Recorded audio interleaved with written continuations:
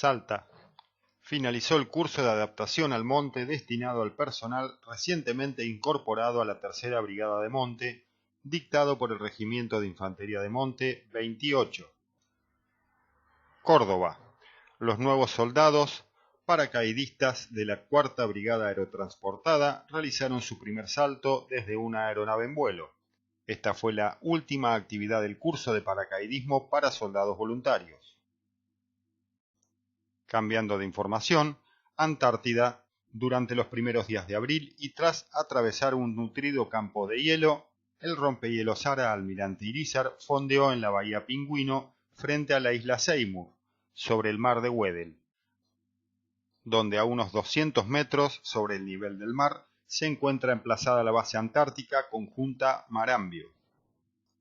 Una vez allí, se iniciaron las operaciones aéreas con los helicópteros Seeking de la Segunda Escuadrilla Aeronaval de Helicópteros para descargar tambores de 205 litros de combustible JP-1.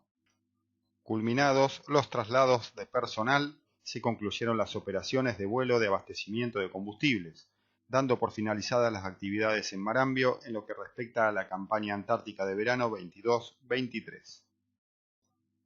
Inmediatamente después, el Irízar puso proa hacia la isla Dundee en el archipiélago de Joinville, donde al pie del glaciar Rosa María se ubica la base antártica conjunta Petrel.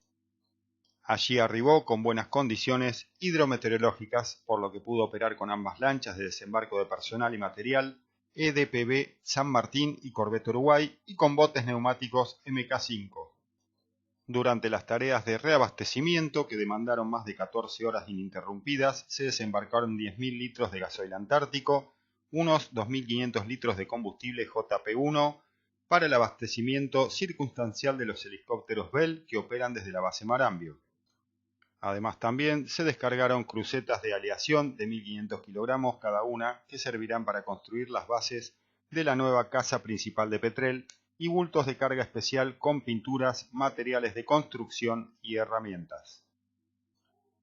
Con las últimas luces del 2 de abril y tras conmemorar el Día de los Veteranos de las Guerras de las Malvinas, el rompehielo de la Armada puso proa nuevamente hacia la base antártica conjunta Esperanza.